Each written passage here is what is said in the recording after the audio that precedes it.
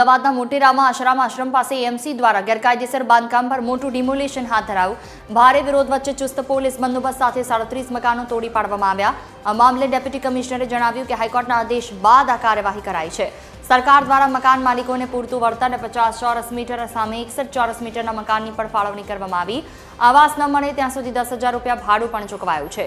તંત્રના મતે અહીં મંજૂરી કરતા વધુ એટલે કે 100 ચોરસ મીટરથી વધુનું ગેરકાયદેસર બાંધકામ કરી દેવાયું હતું, જેથી આ બુલડોઝર એક્શન લેવામાં આવ્યું છે. અને સનદવાળી જમીન પર મકાન બનાવેલ છે. 37.5 ચોરસ મીટર જેટલી જગ્યામાં બાંધકામ કરવાની છૂટ હતી.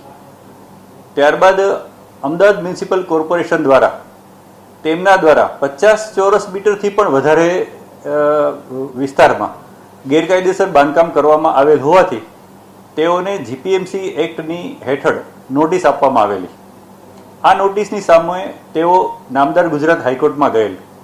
નામદાર ગુજરાત હાઈકોર્ટે તેમની રજૂઆતને અગ્રાહ્ય રાખીને એવો આદેશ કર્યો કે અમદાવાદ મ્યુનિસિપલ કોર્પોરેશન 50 ચોરસ મીટર કરતાં જેટલું વધારાનું ગેરકાયદેસર બાંધકામ હશે એને દૂર કરી શકશે.